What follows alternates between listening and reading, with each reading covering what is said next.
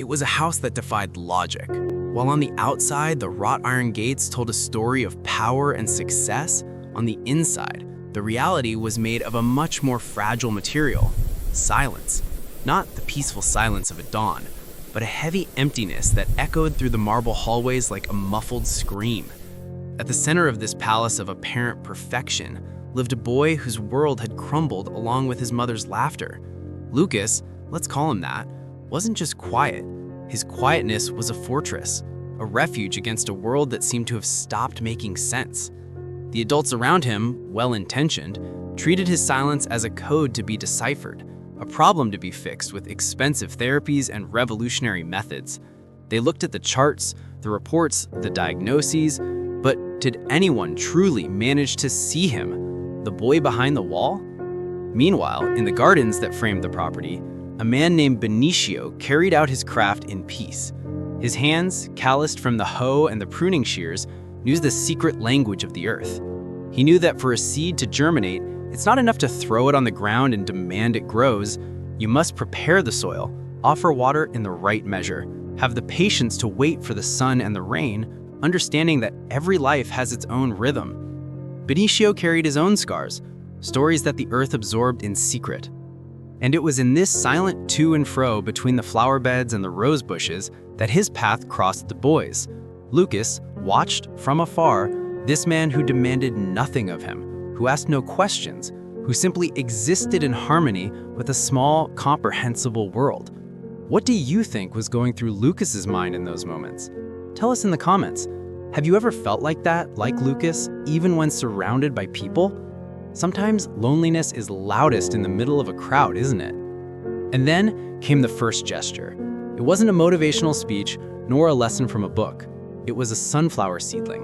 Benicio, without looking directly at the boy, extended the small plant, as if offering a secret, an invitation without words, a pact of silence that, paradoxically, began to break down the most solid barriers. There, in that garden, a connection began to blossom, based on something all the money in the world couldn't buy: genuine presence, the simple yet rare art of being with another. What do you think Benicio saw in Lucas that no one else was able to see? Write here what it means to you to see someone for real. Your story could be the light someone else needs to hear today. The garden, which was once just a decorative setting, became a parallel universe, a classroom without walls where the books were the trees and the notebooks the damp earth. Benicio didn't try to force Lucas to speak. Instead, he started talking to the world in front of the boy. He would point to an ant carrying a leaf and whisper, "Look at its strength, Lucas. It's a tireless worker, don't you think?" He would pick up a smooth, round stone and compare it to a jagged one. Life wears down the edges, but each one ended up with a unique shape. They were simple, poetic observations that required no answer, but invited reflection. And at the slow, secure pace of those days, something magical began to happen. Lucas's fortress of silence wasn't invaded. It was, piece by piece, disassembled by curiosity. One day, he approached and pointed to a chrysalis attached to a branch. It was a small gesture, but it echoed like thunder in that garden. It was the first question, the first yes to an invitation he had been receiving for weeks. It was then that Benicio introduced mathematics, but not the kind from blackboards and faceless sums.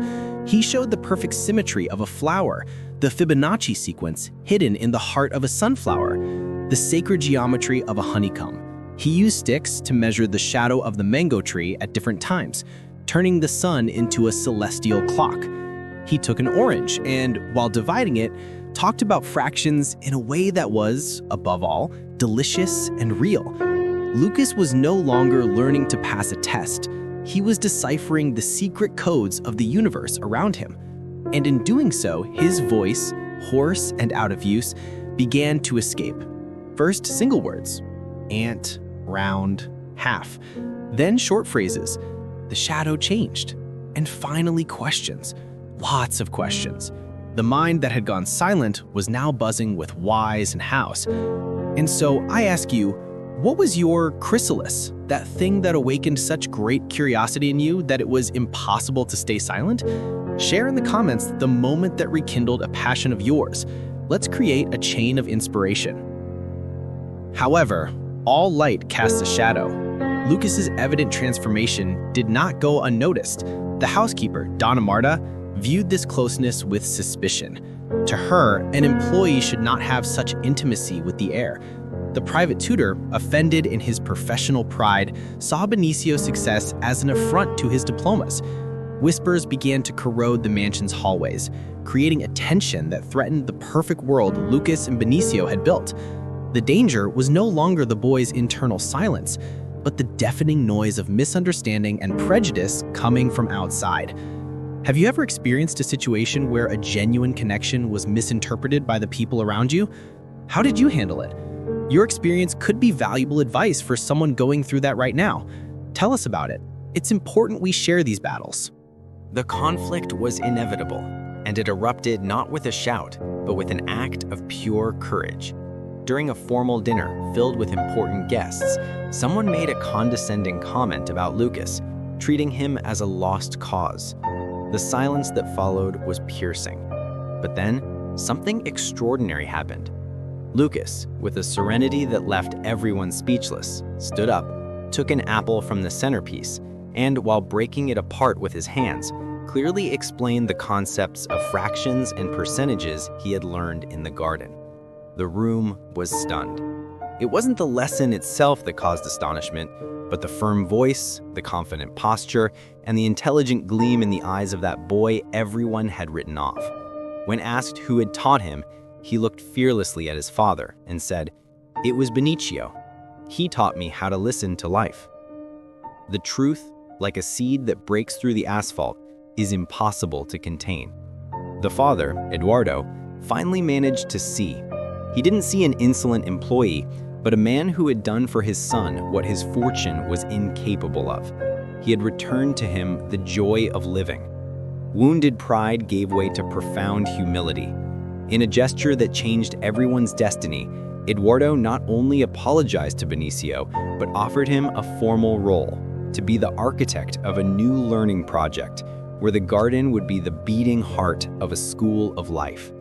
The greenhouse became a living science lab, the orchard a botany class, and the flower beds a stage for stories and math. The house itself, once a marble mausoleum, began to breathe again, filled with the sound of laughter and discovery, not only from Lucas, but from other children who started frequenting that magical space. The question remains, what is your apple? What is the talent, knowledge, or passion you carry that, when shared, can silence an entire room and change a life? Don't underestimate the power you hold. We'd love to know what your special gift is. Comment down below. The story of Lucas and Benicio reminds us that the greatest teachers rarely carry impressive titles. They carry patience, empathy, and hands dirty with soil. They teach not to fill minds with information, but to ignite hearts with curiosity. They don't break silences by force. They water the soil until the voice sprouts on its own, strong and resonant. This is not just their story, it's a mirror. It's an invitation for us to stop trying to fix people and start simply to see them. Because everyone, absolutely everyone, just needs a garden where they can finally flourish.